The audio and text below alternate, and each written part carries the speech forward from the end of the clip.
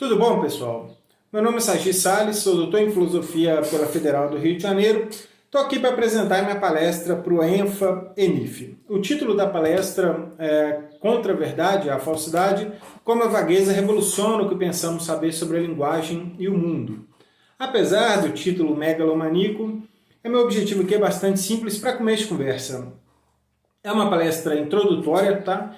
Meu objetivo aqui é bastante direto, bastante simples. Eu vou tentar motivar uma determinada perspectiva relativamente radical acerca da linguagem. Então, eu não vou tentar apresentar nenhum argumento decisivo a favor dessa perspectiva, mas vou tentar mostrar que tipo de motivação pode levar alguém a começar a considerá-la uma hipótese genuína.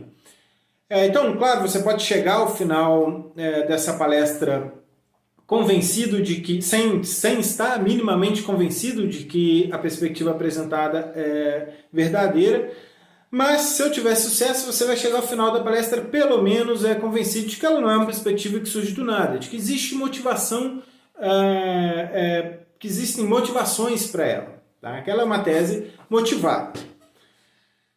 Então vamos começar, né? Para começo de conversa, eu vou estabelecer algum vocabulário aqui, tá? A palestra é sobre vagueza, mais especificamente sobre predicados vagos. Vagueza é uma propriedade de diferentes categorias linguísticas, então você tem termos singulares vagos, quantificadores vagos, predicados vagos e por aí vai. Por simplicidade, vamos focar exclusivamente no caso dos predicados, tá? Eu vou ignorar outras categorias lógicas. Bom, pois bem, predicados vagos são predicados como alto, baixo, maduro, grande, pequeno, jovem, adulto, idoso, vivo, morto e por aí vai. Tá? Todos esses exemplos que eu dei aqui são exemplos de predicados vagos. E, na verdade, é bem provável que a maior parte das expressões de nossa linguagem sejam vagas e, certamente, a maior parte dos nossos predicados são vagos. A maior parte dos predicados da linguagem natural, a linguagem que a gente usa cotidianamente, a linguagem que eu estou usando aqui para me comunicar com vocês, é vago. Tá? Pois bem, há muitos modos de se definir esses predicados, de se caracterizar esses predicados, há muitas caracterizações iniciais diferentes desses predicados. Quando eu digo muitas, realmente muitas. Tá? Eu vou aqui já partir de uma sem debater as diferentes caracterizações iniciais. Essa caracterização inicial da qual eu parto diz que um predicado é vago somente se for impreciso. Bom, mas o que é um predicado impreciso? Um predicado é impreciso, por sua vez, somente se não possui uma fronteira, não existe uma fronteira entre os casos aos quais ele se aplica e os casos aos quais ele não se aplica. Mas o que exatamente é isso? Para tentar clarificar essa ideia, tente imaginar, por exemplo, uma sequência que vai do A0, A1, A2, A3, A4, A5, A6 até o A10.000. Tá? Cada Azinho desse vai ser um indivíduo qualquer. E o número acoplado a esse Azinho vai ser o número de cabelos desse indivíduo. A gente vai simular aqui que o único item relevante, o único padrão relevante para a aplicação de careca é o número de cabelos que alguém tem na cabeça. Então, A0 é uma pessoa com 0 fios de cabelo. A1 é uma pessoa com 1 fio de cabelo. A2, uma pessoa com 2 fios de cabelo e assim por diante. Né? Então, imagine essa sequência ordenada. Tá? Você pode imaginar a sequência aí. O que acontece? Ao dizer que não há uma fronteira entre os casos aos quais o predicado careca se aplica e os casos aos quais o predicado careca não se aplica, eu estou dizendo que nessa sequência não vai ter um último caso ao qual careca se aplica imediatamente seguido de um primeiro ao qual careca não se aplica. Então imagina que você está com a sequência e está aplicando careca, o predicado careca. Careca se aplica a 0, careca se aplica a 1, careca se aplica a 2, careca não se aplica a 10.000, careca não se aplica a 9.999, careca não se aplica a 9.998. Mas não há um número n tal que careca se aplica a um indivíduo com n fios de cabelo, a n, e não se aplica ao vizinho imediato dele, ao indivíduo com n mais 1 fios de cabelo, a n mais 1. Seria absurdo, por exemplo, dizer que n é, por exemplo, 4.975. Suponho que careca se aplica a uma pessoa com 4.975 fios de cabelo, mas já não se aplica a uma pessoa com 4.976 fios de cabelo. Isso parece bastante absurdo, né? Essa ideia de que careca estabelece uma fronteira entre os casos aos quais ele se aplica e os casos aos quais não se aplica, soa altamente contraintuitivo. Predicados vagos têm essa propriedade, eles não estabelecem essa fronteira, tá bom? Isso funciona para a maior parte dos predicados da nossa linguagem. Como eu disse, jovem, não existe uma fronteira entre jovens e não jovens, não existe uma fronteira entre alto e não alto, entre magro e não magro, entre grande e não grande, entre maduro e não maduro, entre vivo e não vivo, e por aí vai. Tá?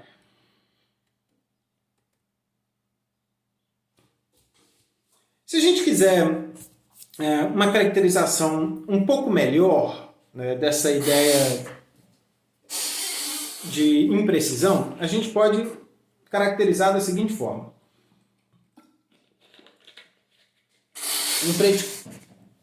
Um predicado é preciso se existe uma fronteira entre os casos aos quais sua aplicação gera algum valor de verdade particular e os casos aos quais sua aplicação não gera aquele valor de verdade.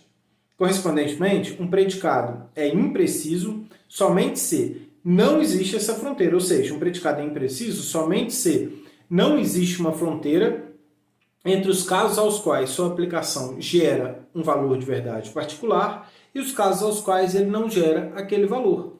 Então, imagina novamente aquela sequência. Se eu aplicar careca, que vai de A0 até A10.000, se eu aplicar careca a A0, eu gero uma frase verdadeira, né? Se eu aplicar careca a 1, eu gero uma verdade. Careca a 2, eu gero uma verdade. A minha ideia aqui é que não existe um último caso ao qual a aplicação de careca gera uma verdade, imediatamente seguido de um primeiro ao qual não gera uma verdade. Similarmente, se eu aplicar careca a 10.000, eu gero uma falsidade. Uma pessoa com 10.000 fios de cabelo na cabeça não é careca. Se eu aplicar careca a 9.999, eu também gero uma falsidade. E assim sucessivamente. Mas não há um último caso ao qual a aplicação de careca gera uma falsidade, imediatamente seguido de um primeiro ao qual não gera uma falsidade. Então o ponto aqui é o seguinte, se um predicado é impreciso somente se não há uma fronteira entre os casos aos quais a aplicação dele gera um determinado valor de verdade e os casos aos quais a aplicação dele não gera aquele valor. É relevante que esse valor é verdadeiro, falso ou qualquer outro. Não pode haver essa fronteira. Vamos tentar mostrar que tipo de motivação, eu não vou prestar nenhum argumento decisivo a favor dessa caracterização de imprecisão, mas eu vou tentar mostrar o tipo de motivação que pode levar a essa caracterização. Para começar a ver isso, a gente pode ver isso para começar comparando o que eu vou chamar aqui de imagem clássica, tripartida e gradualista dos predicados vagos. Tá? Ou dos predicados em geral, tanto faz. Né? Mas então, vamos para a imagem clássica. Comece com a imagem clássica. De acordo com a imagem clássica dos predicados vagos, um predicado vago divide o mundo em duas partes, que a gente pode chamar de extensão positiva e extensão negativa. Então, um predicado como careca divide o mundo em duas partes, a extensão negativa de careca e a extensão positiva de careca. O que é a extensão positiva de careca? A extensão positiva é formada por todos os casos aos quais a aplicação do predicado careca gera uma verdade, enquanto a extensão negativa é formada por todos os casos aos quais a aplicação do predicado careca não gera uma verdade, ou melhor, gera uma falsidade. Tá? Então, de acordo com a imagem clássica, todo objeto do domínio de aplicação de careca está ou na extensão positiva de careca ou na extensão negativa de careca. Tá? Careca estabelece uma distinção exaustiva e mutuamente exclusiva. Pois bem, essa imagem é quase sempre tida como inaceitável para a vagueza. Tá? E a razão pela qual ela é quase sempre tida como inaceitável para a vagueza é que ela coloca fronteiras que são incompatíveis com a natureza da vagueza. É incompatível com a natureza da vagueza de careca que exista uma fronteira exata entre os casos aos quais a aplicação de careca gera uma verdade e os casos aos quais a aplicação de careca gera uma falsidade. Seria absurdo dizer, por exemplo, que existe um número n tal que a aplicação de careca a uma pessoa com n fios de cabelo gera uma verdade, mas a aplicação de careca a uma pessoa com N mais um fio de cabelo gera uma falsidade. Então essa imagem é geralmente rejeitada por essa razão. Até aí tudo bem, eu não vou aqui argumentar contra ela, estou dizendo que ela geralmente, nem todo mundo rejeita ela para vagueza, alguns aceitam ela para vagueza, mas a maior parte dos filósofos, talvez a maior parte dos filósofos rejeitam essa imagem para vagueza, precisamente porque ela é incompatível com o sentido no qual predicados vagos são destituídos de fronteira. Existe uma imagem alternativa, uma solução alternativa, que é a seguinte, olha, de fato, o careca aceita uma extensão positiva e aceita uma extensão negativa. Mas não existe uma fronteira precisa entre a extensão positiva e a negativa, porque existe uma penumbra entre os dois, entre as duas. Então tem extensão positiva aqui, extensão negativa aqui e uma penumbra no meio. O que é essa penumbra? Vamos relembrar. A extensão positiva do predicado é formada por todos os objetos aos quais a aplicação do predicado gera verdade. A extensão negativa do predicado é formada por todos os objetos aos quais a aplicação do predicado gera falsidade. A penumbra são os casos indefinidos. A aplicação do predicado a objetos da penumbra gera o valor indefinido, ou melhor, gera nem verdadeiro nem falso. Ou ainda, em outras palavras, nem gera uma verdade, nem gera uma falsidade. Isso é relativamente intuitivo, olha só. Parece mesmo, igual eu falei naquela sequência nossa lá, parece que se eu aplicar a 0 aos primeiros itens, que se eu aplicar careca aos primeiros itens da sequência, a 0, a 1, a 2 e por aí vai, eu vou ter uma verdade. E parece que se eu aplicar careca aos últimos itens da sequência, a 10.000, a 9.999, por aí vai, eu vou ter uma falsidade. Mas parece que, pelo menos em alguns casos, alguns itens lá no meio, a aplicação de careca a eles vai ser tal que nem vai gerar uma verdade, nem vai gerar uma falsidade. Pensa uma pessoa com, sei lá, com 88% da cabeça coberta por cabelo. Essa pessoa é careca ou não é careca? É plausível dizer que a aplicação de careca a ela nem gera uma verdade, nem gera uma falsidade. Ela é indefinida, ela é um caso indefinido. Ela está na penumbra de careca. Então essa imagem, que eu vou chamar de imagem tripartida, coloca uma penumbra, tá, entre a extensão positiva e negativa. E ao fazer isso, claro, ele evita dizer que existe uma fronteira entre a extensão positiva e negativa. Por que essa imagem, penso eu, é insatisfatória? Porque ela, na verdade, postula duas fronteiras, e cada uma dessas fronteiras é tão implausível quanto a fronteira postulada pela imagem clássica. Repara, agora vai ter uma fronteira entre a extensão positiva de careca e a penumbra. E vai ter outra fronteira entre a penumbra e a extensão negativa de careca. Nós temos agora duas fronteiras. Pensa lá, ó, careca se aplica a 0, a 1, a 2, a 3, a 4, a 5. Vai chegar algum momento, um número n e tal, que a aplicação de careca a n gera uma verdade, mas a aplicação de careca a n mais 1 nem gera uma verdade, nem gera uma falsidade, gera indefinido. Está aí nossa fronteira, a primeira. E vai ocorrer a mesma coisa lá entre um último caso ao qual a aplicação de careca gera indefinido e imediatamente seguido de um primeiro ao qual a aplicação de careca gera falso. Então essa teoria postula duas fronteiras. Por que isso é um problema? Aqui eu vou deixar o seguinte desafio para vocês. Tentem achar uma única razão que torne essas duas fronteiras, cada uma dessas fronteiras, mais plausível do que aquelas postuladas pela imagem clássica. Todas as razões que vocês encontrarem a favor de que aquela fronteira da imagem clássica é inaceitável, também podem ser usadas a favor de que a fronteira da imagem tripartida é inaceitável.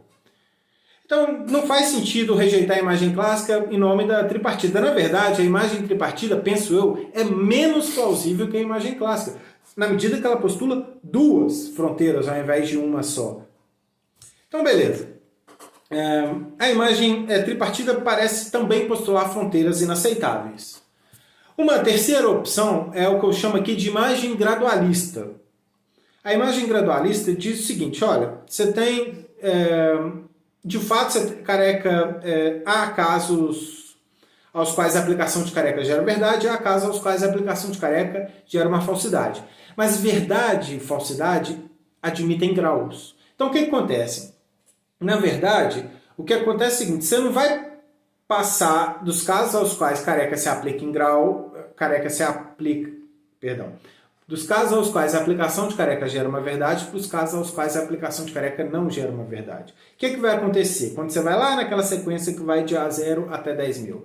Careca se aplica em grau 1, ou seja, grau 1 é totalmente verdadeiro. A aplicação de careca gera uma verdade em grau 1. A aplicação de careca a uma pessoa com 0 fios de cabelo. A aplicação de careca a uma pessoa com 1 fio de cabelo gera uma verdade em grau talvez um pouquinho menor que 1. A aplicação de careca a uma pessoa com 2 fios de cabelo gera uma verdade só um pouquinho menor do que o grau anterior, e por aí vai. Claro, o grau vai reduzindo pouco a pouco até você chegar a 10.000. Uma pessoa com 10.000 fios de cabelo. A aplicação do predicado careca a essa pessoa gera uma verdade em grau 0, ou seja, totalmente falso, nada verdadeiro. Então a ideia aqui é que verdade admite graus, e não existe nenhuma mudança brusca naquela sequência. O que acontece é que o grau de verdade gerado pela aplicação de careca vai diminuindo pouco a pouco, passando do 1 pelo 0, mas pouco a pouco, sem ter nenhuma mudança brusca. Então não existe uma fronteira nítida entre os casos aos quais careca se aplica em grau 1 e os casos aos quais careca se aplica em grau 0. O que acontece é que o grau de aplicação de careca vai abaixando pouco a pouco na medida em que você vai avançando na sequência. Beleza? Qual o problema dessa imagem gradualista? Bom, é que ela postula fronteiras que são tão inaceitáveis quanto aquelas postuladas pela imagem clássica e aquela postulada pela imagem clássica e aquelas postuladas pela imagem tripartida. Que fronteiras são essas? Bom, pense só. A gente sabe que a gente está aceitando aqui que a aplicação de careca a uma pessoa com 0 fios de cabelo, a 0, gera uma verdade em grau 1.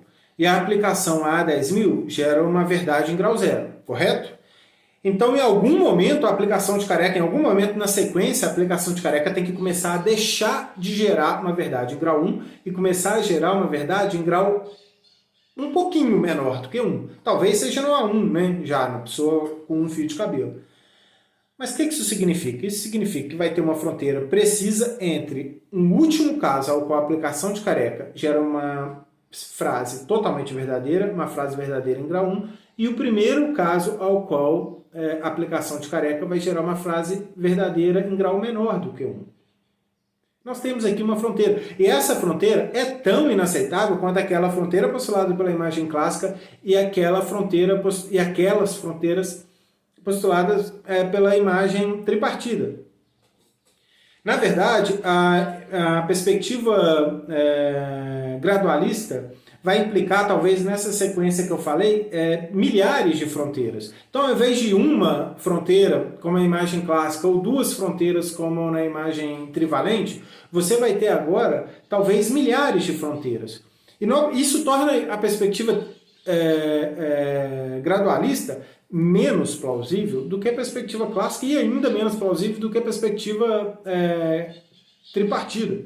E por que isso? Porque agora você tem ainda mais fronteiras. E se era difícil explicar a fronteira postulada pela imagem clássica e as duas fronteiras postuladas pela imagem trivalente, vai ser muito mais difícil explicar as milhares de fronteiras postuladas pela imagem gradualista com relação, por exemplo, ao predicado careca.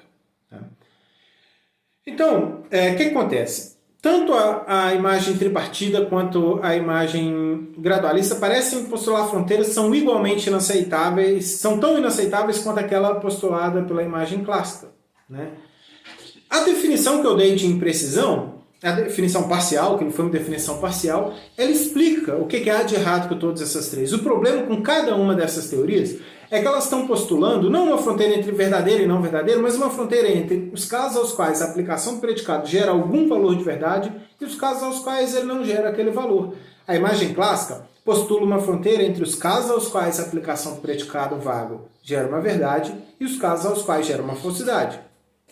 A perspectiva tripartida, postula uma fronteira entre os casos aos quais gera verdade e os casos aos quais nem gera verdade nem gera falsidade.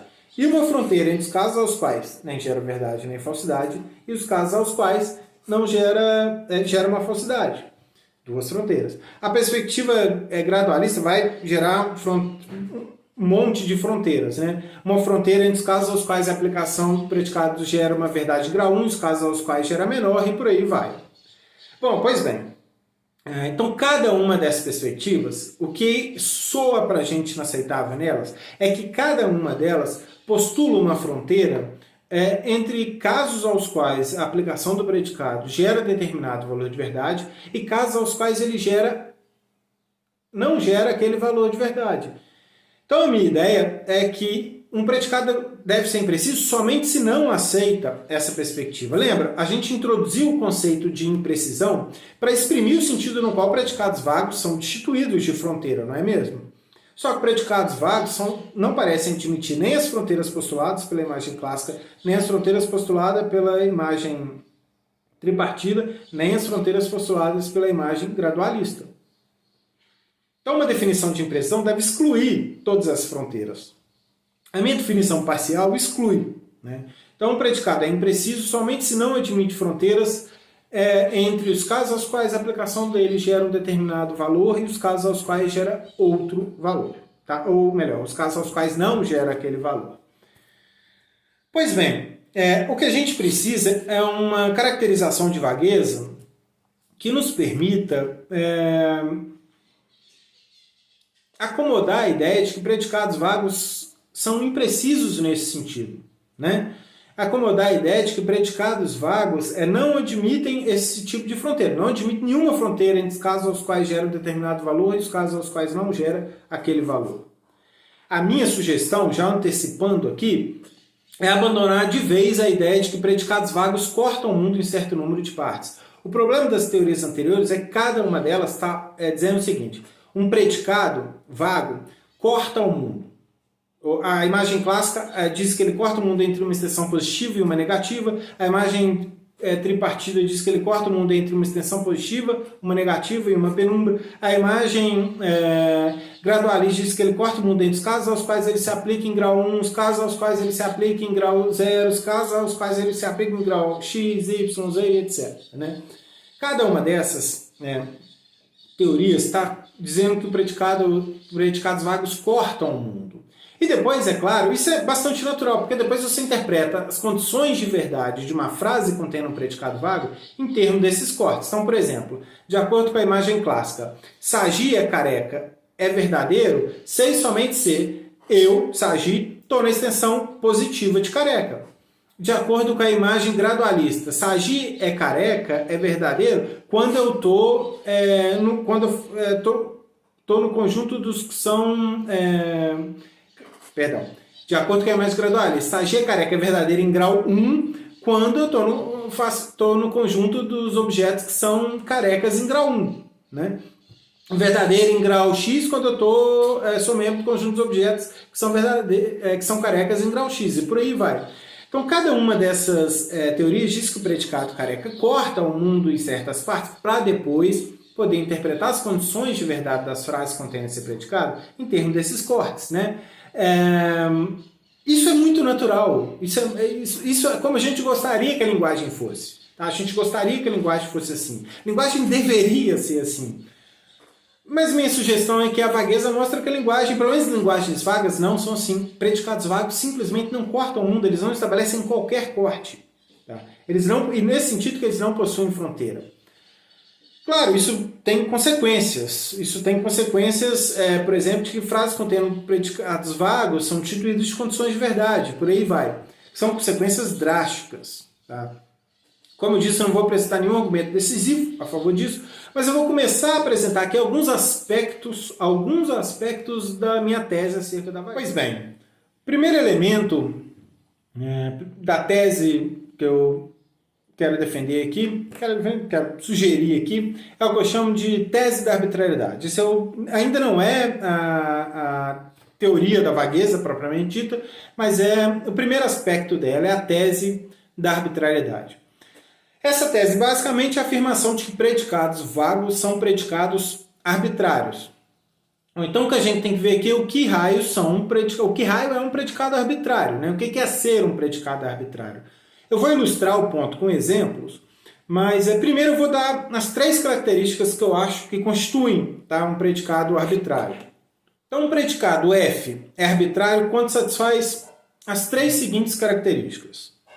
1. Existem objetos tais que é permissível aplicar F a eles e também é permissível aplicar não F a eles. Ou seja, é permissível aplicar F a esses objetos e também é permissível negar F desses objetos. Não simultaneamente. Obviamente, eu não posso dizer, por exemplo, de nenhum objeto que ele é tanto careca quanto não careca. Tá? Bom, 2. Condição 2. F admite mais de uma, geralmente muitas, precisões. Há muitas precisões de F que um falante poderia adotar. Tá? Então essa é a condição 2. Todas elas vão ser explicadas já já. Condição 3. A escolha por uma ou outra precisão pode ser feita com base em razões práticas, ou mesmo sem quaisquer razões. Vamos ilustrar esse ponto? Imagine que um técnico de escola, de uma escolinha, tenha que dividir times de basquete, beleza? Então ele tem 10 estudantes. Para simplificar, a gente vai supor que os estudantes são chamados 1, 2, 3, 4, 5, 6, 7, 8, 9, 10. Tá? E a gente vai estruturar esses estudantes da seguinte maneira. O estudante 2 é 1 centímetro maior que o estudante 1. O 3 é 1 centímetro maior que o 2. O 4 é 1 centímetro maior que o 3. O 5 é 1 centímetro maior que o 4. E por aí vai. Cada um sendo 1 centímetro maior, né, que o anterior. Ok? Agora, o ponto aqui é o seguinte. O técnico vai ter que dividir, tá, times de basquetebol. Vai ter que dividir os estudantes. Há muitas coisas que o técnico pode fazer e há muitas coisas que o técnico não pode fazer. Vamos dar um exemplo aqui primeiro sobre o que o técnico não pode fazer. Aqui a tarefa dele é a seguinte, ele tem de montar, dividir o time de acordo com o predicado alto, ou seja, ele tem de colocar os altos de um lado e os não altos do outro. Tá? Então uma coisa que ele não pode fazer, ele não pode colocar o jogador 6 no time não alto e depois colocar o 5 no time alto. Por que ele não pode fazer isso? Porque o 6 é mais alto que o 5. Se ele colocou o 6 no time não alto, o 5, que é mais baixo que o 6, também tem de ir para o time não alto, não é mesmo? Se uma pessoa com 1,90 m não é alta, então uma pessoa 1 centímetro mais baixa, com 1,89 m, também não é alta, né? Então, isso ele não pode fazer. Ele não pode colocar um jogador no time alto, no time não alto, e depois colocar um jogador que é mais baixo que ele no time alto, né?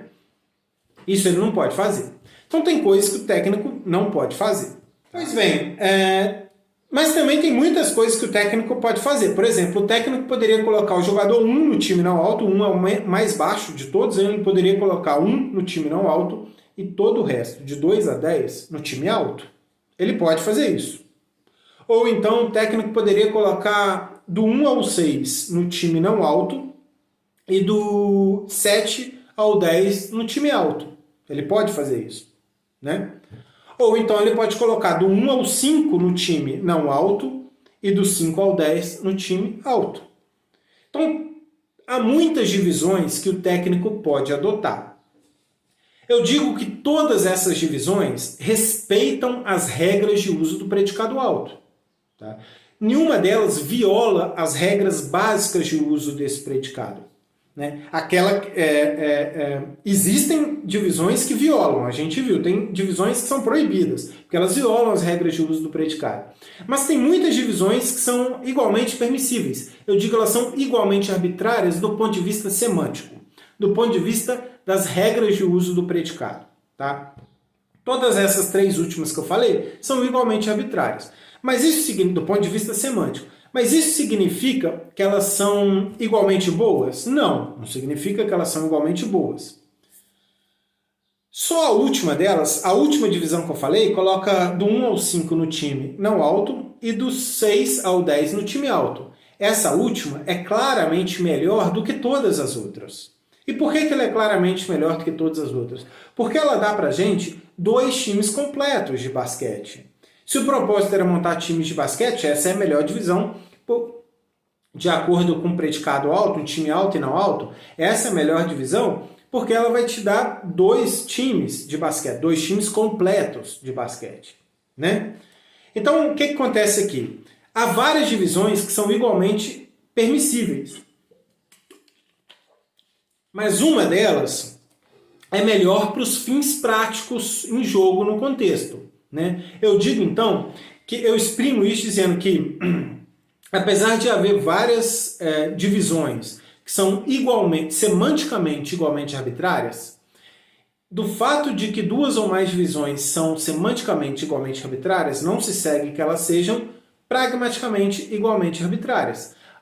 Alguma delas pode ser melhor para as metas, fins, objetivos dos falantes, né, e ouvintes no contexto de uso. Nesse caso, a última divisão, que coloca de 1 a 5 no time baixo e de 5 a 6, de 5 a 10 no time alto, é melhor para o propósito de jogar basquete, porque te dá 2 times completos de basquete, né? Mas vamos complicar um pouco a situação aqui. Vamos dizer que chegou um novo jogador, um jogador que eu vou chamar aqui de João, tá? O que acontece? Agora, João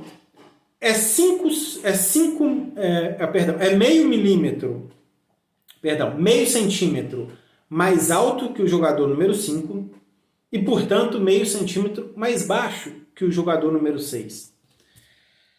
Em que time vai João? Vai no time do alto ou não alto? Bom, o técnico pode ter razões práticas para colocar ele no time alto ou no alto, não pode? Ele pode, por exemplo, talvez o time alto esteja precisando de um jogador, talvez o time alto esteja pior, então aí ele tem uma razão para colocar no time alto. Ou talvez ele não goste de João, pode ser que o técnico não goste de João, ele detesta João, então quer colocar no time que está saindo pior. Suponha que seja o time alto que está saindo pior. Então nesse caso ele vai colocar João no time alto só para prejudicar João. Então, ele pode ter uma variedade de razões práticas para colocar João num dos 2 times. Mas vamos supor aqui que não existam essas razões, que o técnico não tenha mais razão para colocar João no time alto do que tem para colocar João no time não alto. Tá? Vamos supor isso. Aonde, então, ele coloca João?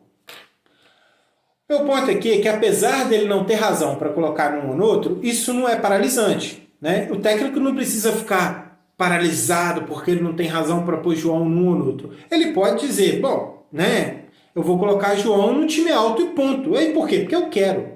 Só isso. Ele pode colocar João no time alto porque ele quer. Sem mais razões. Porque eu tenho que colocar em algum lugar, então eu vou colocar no alto. Ou ele pode colocar no time baixo sem qualquer razão, sem ter nenhuma razão para isso, porque ele quer. Tá? Sem ter, porque ele tem que colocar em algum lugar, então vai colocar no time baixo, tá? No time não alto, perdão. Então o ponto aqui é que esse último aspecto é interessante porque do mero fato de que não há razão para você colocar João em um dos 2 times, não se segue que você não possa colocar. Você pode decidir arbitrariamente em qual time João vai. Tá? Olha que interessante. As regras de uso para o predicado alto permitem o técnico colocar João no time não alto. E também permitem o técnico colocar João no time não alto. Ambos são permissíveis. Ele não pode colocar nos 2 ao mesmo tempo. Mas ele pode colocar um ou no outro. Tá? E ele pode fazer isso por razões práticas ou pode fazer isso por razão nenhuma. Né? Só porque ele quer. Essa história que eu acabei de contar dá as 3 características de um predicado arbitrário que eu tinha mencionado. Ó. Tem objetos que são tais que é permissível classificar eles como F e como não F. Né? Nesse caso, tem vários objetos aí que você pode classificar tanto como alto no presente contexto como não alto. Né? Vários alunos podem ser ou colocados no time alto ou no time não alto. O técnico escolhe. Mas nenhum deles pode ser colocado simultaneamente nos 2 times, mas pode colocar eles em um ou outro. Ambos são permissíveis. É permissível classificá-los como alto e é permissível classificá-los como não alto. Né? F admite mais de uma precisão. Olha, o alto e não alto aí, você pode estabelecer várias fronteiras entre eles. Você pode estabelecer diferentes divisões entre o time alto e o time não alto, como eu falei. Você pode dividir de tal forma que 1 a 3 esteja no não alto e 4 a 10 esteja no alto, ou pode dividir de tal forma que 1 a 4 esteja no não alto e 5 a 10 esteja no alto, ou pode dividir de tal forma que 1 a 5 esteja no não alto e 6 a 10 esteja no alto. Há várias divisões permissíveis para os predicados nesse contexto, várias divisões entre alto e não alto, né? Isso exprime a nossa condição 2, que um predicado vago admite muitas precisões, né? Isso já é aceitado por diferentes filósofos, mas a gente não precisa entrar nisso aqui. E 3, a condição 3, lembra? A condição 3 era a escolha por uma ou outra precisão pode ser feita com base em razões práticas. Lembra, o técnico poderia ter colocado João em um ou no outro time, precisando assim o predicado alto, né? Dividindo, estabelecendo uma divisão entre o time alto e o não alto ali, por razões práticas, porque ele odeia, porque ele queria prejudicar João, ou porque um time está pior, tanto faz, né? Ou por razão nenhuma, ele pode simplesmente dizer, João, você vai jogar nesse time, ponto. Ah, por quê? Porque sim, ponto, né? Então esse exemplo ilustra, esse não é para ser um exemplo de uso real do predicado, mas ele ilustra as 3 características que eu mencionei de um predicado arbitrário. Tá? Ele também levanta uma objeção. A objeção seria a seguinte: a tese da arbitrariedade viola a intuição de que vagueza é incompatível com precisão. Eu comecei essa palestra falando que vagueza é incompatível com precisão, que predicados vagos são imprecisos, não podem ser precisos, não é mesmo? Só que o que acontece? Agora eu estou dizendo que um predicado vago admite muitas precisões. Como eu posso dizer que um predicado é vago somente se for impreciso e depois dizer que um predicado vago admite muitas precisões? Eu não estou aqui violando o critério que eu próprio estabeleci no início? A resposta é não. Pela seguinte razão. Para escapar dessa objeção, você tem de assumir o seguinte: quando o predicado é tornado preciso, quando você escolhe uma das precisões admissíveis do predicado, tá? E vale lembrar que o que eu estou chamando de precisão não é só o que um supervalorativista chama de precisão, que é uma fronteira entre extensão positiva e negativa. Eu estou chamando de precisão qualquer fronteira entre um caso ao qual a aplicação do predicado gera certo valor de verdade e um caso ao qual não gera aquele valor. Tá? Qualquer fronteira. Então, fronteira entre casos aos quais se aplica em grau 1 e menor que 1 implica na precisão do predicado. Estabelecer uma fronteira entre extensão positiva e penumbra implica na precisão do predicado. Estabelecer uma fronteira entre extensão positiva e negativa implica na precisão do predicado e por aí vai. Pois bem, para eu escapar da objeção, a objeção, relembrando, eu disse que os predicados vagos são imprecisos e agora eu estou dizendo que eles admitem muitas precisões. Né? Tem alguma coisa errada. Para escapar dessa objeção, eu tenho que dizer o seguinte: quando o predicado vago é tornado preciso, quando ele é precisado, ele deixa de ser vago. Tá? Então, quando o técnico divide os times exatamente em 2, ele está precisando alto e não alto naquele contexto. Ok? Então, eu posso, por exemplo, dividir Careca de tal forma colocar todo mundo que tem até 6.000 fios de cabelo na extensão positiva de Careca e todo mundo que tem e todo o resto na extensão negativa. Eu posso, mas ao fazer isso, eu estou precisando Careca e ao precisar Careca, ele está se tornando não vago. Tá? Então, quando eu preciso um predicado vago, eu assassino a vagueza dele. A analogia aqui é a seguinte: a gente sabe que o que está vivo não está morto, né? O que está vivo não está morto. Mas daí não se segue que o que está vivo não possa ser assassinado. Da mesma forma, o que é vago não é preciso. Nada que é vago é preciso.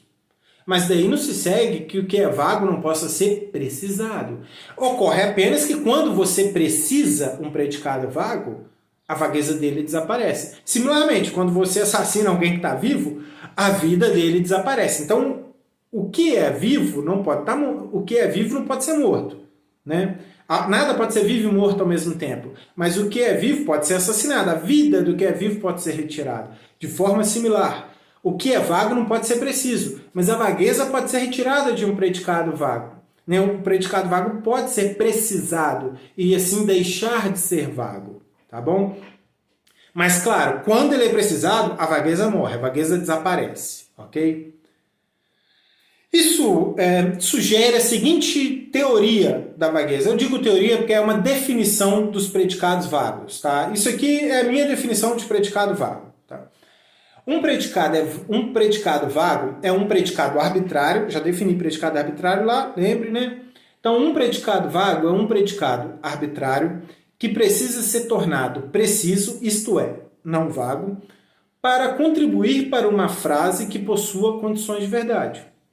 Assumindo que uma frase expressa uma proposição somente se possui condições de verdade, um predicado vago é um predicado arbitrário que tem que ser precisado para contribuir para uma frase que expressa uma proposição.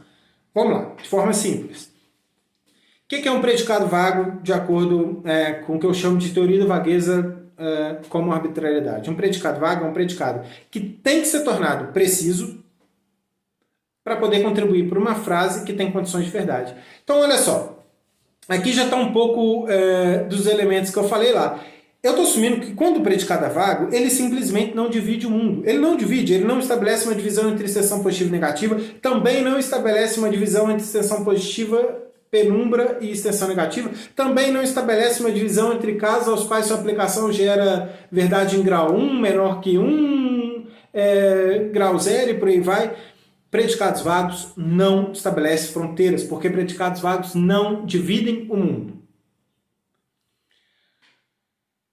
Mas, tá, você pode assassinar a vaguez de um predicado vago. Você pode precisar o predicado vago. Somente quando você torna um predicado vago preciso, somente quando você assassina a vagueza dele, é que ele vai passar a dividir o mundo.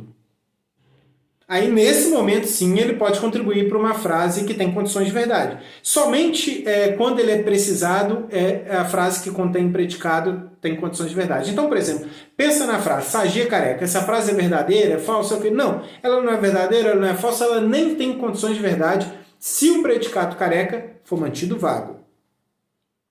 Claro, eu posso precisar o predicado careca de forma a me incluir, por exemplo, na extensão positiva de careca, ou na extensão negativa de careca, né? Eu posso fazer isso, eu posso me incluir na extensão negativa de careca e precisar o predicado vago de tal forma que a extensão negativa me inclua. Mas ao fazer isso, a frase Sagia careca vai passar a ter condições de verdade, vai passar a ter um valor de verdade. Mas aí o predicado já não é vago mais. Eu não vou desenvolver essa tese, como eu disse, eu queria apenas fazer uma sugestão aqui, mas tem 3 aspectos dessa tese que eu quero chamar a atenção que são especialmente interessantes. Tá? O primeiro aspecto é que, se ela for correta, então é provável, tá? Isso é uma predição que eu estou fazendo aqui, é provável que predicados vagos, nosso uso de predicados vagos, seja amplamente influenciado por uma variedade de fatores. Tá? Como personalidade, preconceitos pessoais, crenças morais, etc. Lembra lá do caso do técnico. Eu disse que o técnico poderia usar seus próprios preconceitos ou sua própria raiva de João para decidir como ele ia dividir os times. Fatores tão arbitrários como os sentimentos do técnico por João podem influenciar em como ele usa os termos alto e não alto naquele contexto. E onde ele decide colocar João naquele contexto. Né? Então, o ponto aqui é que se predicados vagos são realmente arbitrários, e se minha teoria do vagueza está correta, se a definição que eu dei está correta, então é bem provável que nosso uso de predicados vagos seja influenciado por uma miríade de fatores.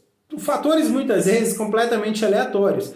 Isso, olha que interessante, é nosso uso correto. Do ponto de vista semântico, o técnico está correto. Ele não está violando as regras de uso do predicado alto ao colocar João no time alto só porque ele odeia João. Ele não está violando. Ele pode estar sendo um chato. Né? Ele pode estar sendo imoral, ele pode estar sendo isso tudo. Mas ele não está violando as regras de uso do ponto de vista linguístico. Ele está ok. Tá? Mas olha que interessante. Se isso é verdade, se as linguagens vagas são influenciadas dessa forma, então faz sentido, e aqui eu estou a especular, tá, gente? Estou a especular. Faz sentido certas perspectivas sociais acerca da linguagem, certas críticas sociais acerca da linguagem. Por exemplo, faz sentido suspeitar que muitos dos nossos usos da linguagem sejam influenciados por preconceitos, por exemplo. né? E que talvez, e faz sentido dizer, olha, você deveria parar de usar assim, porque esse tipo de uso é talvez sexista, ou esse tipo de uso da linguagem é talvez imoral de qualquer outra forma. Tá? Isso não eu não estou dizendo que toda crítica dessa está correta, estou dizendo que se a teoria da vagueza como arbitrariedade está correta, abre-se o espaço para esse tipo de crítica. Abre-se o espaço. Tá? Porque a linguagem, as regras da linguagem por si só, das linguagens vagas, permitem usos imorais. Então, quer dizer, se a gente quer evitar esse tipo de uso, a gente tem de ir além das regras semânticas, a gente tem de ir além da semântica propriamente dita e começar a, digamos, gerenciar o modo como nós usamos de acordo com também razões morais, né, e por aí vai. Às vezes, isso, novamente, é puramente especulativo. Tá? Uma segunda consequência que poderia ter esse tipo de tese. A maior parte dos nossos proferimentos falha em exprimir uma proposição. O que acontece aqui? Eu disse que uma frase como Sagia Careca tem condições de verdade, exprime uma proposição, somente quando careca é tornado preciso. Mas raramente o nosso careca é tornado preciso em contextos cotidianos, não é mesmo? Raramente quando você usa alto, careca, velho, magro, qualquer jovem, morto, vivo, raramente quando você usa esses predicados em contexto cotidiano, você precisa eles. Mas se é verdade que a gente raramente torna esses predicados precisos, como eu desconfio que seja, então também é verdade que a gente raramente consegue exprimir uma proposição, que nossos proferimentos de frases vagas raramente têm condições de verdade. Então, nossos proferimentos da forma A é careca, A é alto, A é jovem, A está vivo, A está morto, raramente sequer tem condições de verdade. Eles não apenas falham, usualmente eles não apenas falham em ser verdadeiros ou falsos, mas usualmente eles nem têm condições de verdade. Isso é uma condição bastante radical, é o que é chamado de niilismo semântico. A maior parte dos nossos proferimentos falha em ter valor de verdade, falha em até mesmo ter condições de verdade. É uma versão forte do niilismo semântico. Tá? Pois bem, isso significa que boa parte das nossas crenças acerca da linguagem natural são equivocadas. A gente tende a interpretar a linguagem natural como geralmente correndo bem, né? A gente tende a interpretar como a gente tendo sucesso em dividir o mundo com nossos predicados e nossos proferimentos, tendo condições de verdade e tendo até mesmo valor de verdade. Se a tese da vagueza como arbitrariedade, mais especificamente a teoria da vagueza como arbitrariedade, né, da qual essa tese da arbitrariedade é um elemento, se a teoria da vagueza como arbitrariedade está correta, então essas crenças comuns acerca da linguagem provavelmente estão equivocadas. Né? Bom, pois bem, eu estou plenamente consciente de que eu não prestei argumentos decisivos a favor de nada disso aqui, e não era o meu objetivo apresentar argumentos decisivos. O ponto aqui é te mostrar uma tese muito radical, e que essa tese muito radical não surge do nada. A motivação inicial para a gente começar a tomar esse tipo de tese como uma possibilidade genuína. E ela levanta um problema muito interessante. Se for mesmo verdade que nossos proferimentos geralmente falham em exprimir uma proposição, que geralmente falham em ter condições de verdade, a gente vai ter um problemão para explicar a comunicação. Porque geralmente a gente entende a comunicação rolando em termos de pessoas proferindo coisas que são verdadeiras ou falsas, especialmente coisas que têm condições de verdade. Mas se nada disso ocorre, como a gente explica a comunicação? Esse é um problema levantado pelo niilismo. Há explicações para isso, certamente. O desafio aqui é que você tem que explicar a comunicação dando menos importância do que normalmente se dá para conceitos como verdade, conceitos semânticos, conceitos como verdade, implicação e etc. Mas essa é outra história. A gente vai ficar com um problema aqui sem a solução. Tá? Então, enfim... É bem provável que ninguém aceite, né, claro, essa tese, a teoria de vagueza como arbitrariedade, principalmente porque ela tem consequências muito drásticas, como o niilismo semântico. Porém, se eu tive sucesso aqui, vocês conseguiram entender que pelo menos essa tese não surge do nada. Há motivação inicial para ela. Tá? A motivação inicial é reconhecer que predicados vagos são de fato imprecisos. num sentido de imprecisão que pode ser aceito, tá? Porque a gente viu que o sentido dado pela teoria tripartida, o sentido dado pela teoria gradualista é tão inaceitável quanto o sentido dado pela perspectiva clássica dos predicados.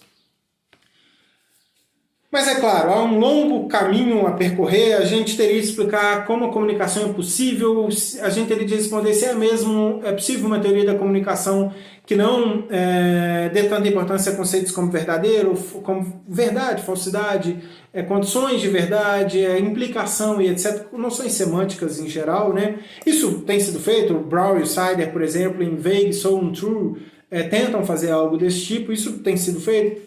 A gente, em filosofia, tenta encarar esse tipo de desafio. Essa não é nem de longe a tese mais popular sobre vagueza, mas eu espero que tenha servido como pelo menos um estímulo para reflexão e para que eu tenha conseguido pelo menos mostrar que ela é uma possibilidade que deve ser levada em conta, que não deve ser excluída de primeiro. Em filosofia, a gente às vezes chega a coisas que são aparentemente absurdas, mas depois a gente vê que a coisa não era tão ruim assim, não é mesmo? A gente acaba conseguindo explicar o que aparentemente parecia inexplicável. Enfim, a gente fica por aqui, foi um prazer, um grande abraço a todos vocês.